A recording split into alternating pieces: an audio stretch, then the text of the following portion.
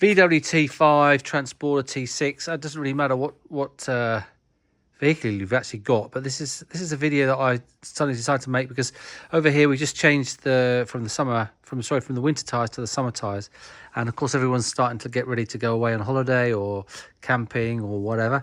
And I've been meaning to do a video, but this is just going to be a short video about preparation for now that you're sort of traveling in your vans and this sort of stuff, sort of longer distances.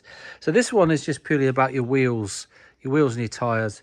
And things like that, you prep for that. So obviously the main thing you don't want to happen is have a puncture and things like that. So let's just go through things from the start. So this video we're going to talk about your wheels and tires and spares and things like that, and running gear. So basically when we take off the winter tires and put on the summer tires, then it gives you a great opportunity to check your discs and check your brake pads and check you've got plenty of brake pad there and your discs are okay. Now of course you don't need to do this in the sense that if it's past the MOT and the MOT is not due for a while, then fine, but you might as well check all these things because you don't want them to go wrong when you're miles from home. Yeah, you might have breakdown recovery, but it just spoils your whole holiday if you've got sort of unnecessary things go wrong which you could solve now. So it's about preventative maintenance.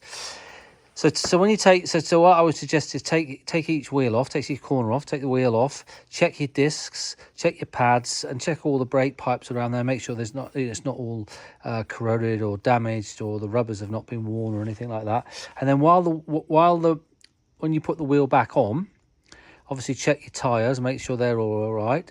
Go around there. But when you put your wheel back on, then you can check your bearings, the wheel bearings, by rocking the wheel top and bottom and then the steering rack left to right like that. And if you've got any play in that, then you can get that sorted out now rather than wait for something to happen while you're on holiday. So you can do that on the front. Now the same again on the back. Check your handbrakes all working fine. Now I knew that my rear pads on this needed to be changed because I've got an MOT over here due soon. So while I took the winter tires off, I thought, well, great, I'll change the pads. So I had a new set of pads in there. Checked the pads, needed to be changed, and then I found that the carrier bolt, the caliper bolts had seized. Sorry, not the bolts, but I'd found that the carrier sliders had seized solid, which basically meant the carrier isn't moving, which means that when you put the brakes on, it's like twisting it all up. Completely and utterly seized. So I had to get the blowtorch on that. But that was something that I'd found that was going to cause me a problem, and actually has caused me a problem, which I'll tell you about in a minute. So we changed all that. Then I went to bed, and then I realised that the wheel bearing on this has gone. And I replaced this about 3 years ago. There's a video on the channel on how to do that. But it was a really good quality wheel bearing, and I didn't expect it to go, and it's gone again, and I couldn't work out why. But of course then I thought, well, that's because the caliper. So the caliper was seized, which means that when you put the brakes on, it's actually trying to bend the discs, which is bending the bearings, putting massive loads on the bearings. And that's why that bearing's gone, because the caliper slider rods had seized. It meant that when you put the brakes on, it was like putting undue pressure on the bearing. And you put a lot more force on the bearing with a seized caliper when you put the brakes on than you do with the weight of the vehicle on there. But anyway, that's another thing. So you can check all that. Now the other thing that is the major thing when you're going away is your spare tyre. So always get one of these for these vans, because it just saves yourself a lot of bother. So basically you go underneath here. Now you've got your 2 bolts here. Now people don't do this, and you get themselves in an awful lot of problems. So you've got your 2 bolts. You've got 1 bolt here. All right, you've got to make sure that these are easy to do.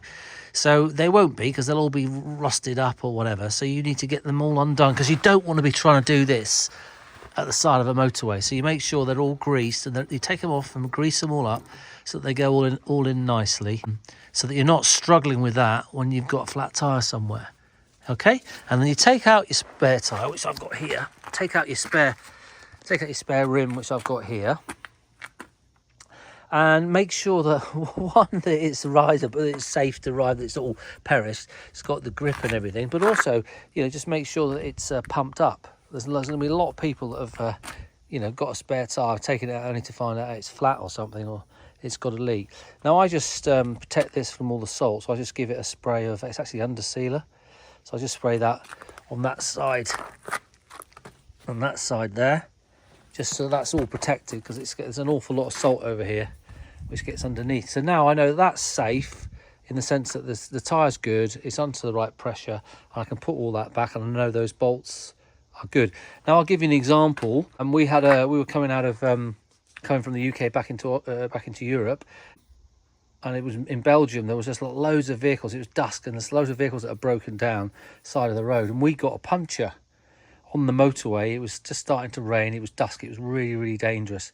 And because I'd had all these loosened before, and I've also got an impact driver front to undo the nuts, I sent my wife and kid up the bank, and it was raining, and she just for some reason timed me, and it took me 6 minutes on the motorway to take the spare out of there, change the spare on there, which this side, which was flat, got a massive nail in it, and that was on the sort of motorway side, so it was really dangerous. So yeah, 6 minutes. Now had I not done that and loosened all those nuts up, it would have taken me a lot longer.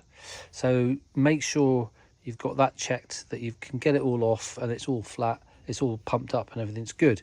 Now the next thing is, talking about that, is that if you get a flat on your back side here, that side will be down, and you can't undo that and drop that and get the wheel out, especially if you've lowered it. You can't get your spare wheel out because it's dropped on one side because you've got a flat tyre. So that means you have to jack it up before you can take your spare tyre out.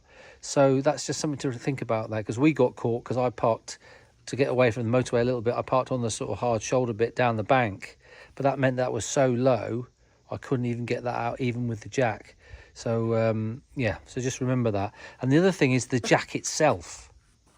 So everyone puts the jack normally is housed there, but when you're camping or you're going away, you've got all this full of stuff, and you do not want to be, say for instance on the motorway, trying to take stuff out the back of the van to get to your jack there. So I always put the jack, the triangle, underneath the driver's seat, so I know exactly where I can just jump straight out and get the jack and get the vehicle up. And the other thing is your vests. Where are your vests? Make sure you've got your vests behind the driver's seat or something like that, so you can just get the vests on everyone, get them up the bank, get them out of the way if you get a flat on the motorway. So what do we do if you don't actually have a spare tyre? You haven't got a spare tyre, you haven't got space, or you haven't got one? Well, then we're into another set of tools that we need. So obviously with the multivan we get a compressor that's like a little compressor that sits under the seat. So I usually have that underneath the driver's seat, so I can get to it easily. So that's a little compressor that will pump up the tyres if I need it. And then you also need some sort of kit to try and repair if it's like a nail or something like that. So I'll just show you what I carry on. I carry around in whichever car I'm going anywhere far in. But obviously I've got my little rubber gloves. And then in here, this is actually a motorbike kit. I don't know if you can see this, there's a shadow actually. Let me go to the other side. Let's just see what I've got in my kit then. So I've got my little rubber gloves. And this is actually from a motorbike, which that one, but there, your standard little strips which you can put in here. So basically you have a reamer which you take the old nail out or screw, whatever. You've got a reamer which you can ream it out with that. Then you put a little bit of glue on it. A little bit of glue, and then you can stick one of these ropes in there, twist it around and pull it out, and then you can re-pump up the tyre with the compressor. So that's one situation, that's one kit that I use. I've also got a load of these just in case the compressor doesn't work. It might be enough to get enough air, at least where I've got we've got minis, so that'll do that. Now the other thing is I've got these little screws, which lets me just go and get them. Okay, the other thing that I've got, which is you'll see out marketing and advertised, are these little screws. So you've got like a small, medium and large one on there. It's basically covered in silicone, and you basically, for the Phillips head screwdriver, so you take out your nail or whatever hole you've got in there, and then you just screw that in, screw that down, and that will seal it up. But that's a sort of more of a temporary thing. That I suppose those are as well. Once you've done that, you can go and get the tyre properly fixed from the inside. That'll keep you going for the holiday. You won't have any worries with that.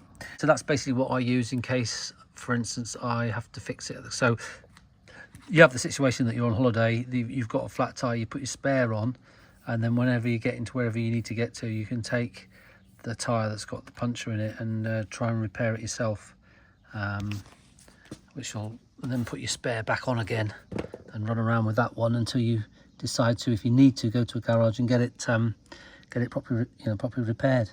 So anyway, with that spare tyre and your compressor and everything, you're pretty much safe and sorted for any sort of flat tyres should you be out on your holiday, things like that. And that really makes a difference from you being out of control to being in control. So also play around with this. If you get a flat tyre at home, for instance, before you go to the tyre place and get it maybe fixed there, try and fix it yourself, just so that you know how to use all these bits of equipment, so that if you're on holiday and you're in the real pickle, you can use that and get yourself out of trouble. So this was just a little checklist for people, because now it's getting summer, well, not summer, but it's getting warm weather. People are starting to go away, go venture further in your vans, and you just need to do some simple things here at home before you go away, which really will save your trip. Because get a flat tyre on the motorway and you haven't got the right equipment and you can't get it off and it's raining, then your whole holiday's knackered. Because what are you gonna do? You're gonna eventually try and call someone, get it in, but anyway, it's going to spoil it. So and then the onward trips and ferries and things you've got booked. So hope this video has been helpful. If you like the channel, subscribe. Just remember, the most important thing, you can do it, and we'll see you on the next video.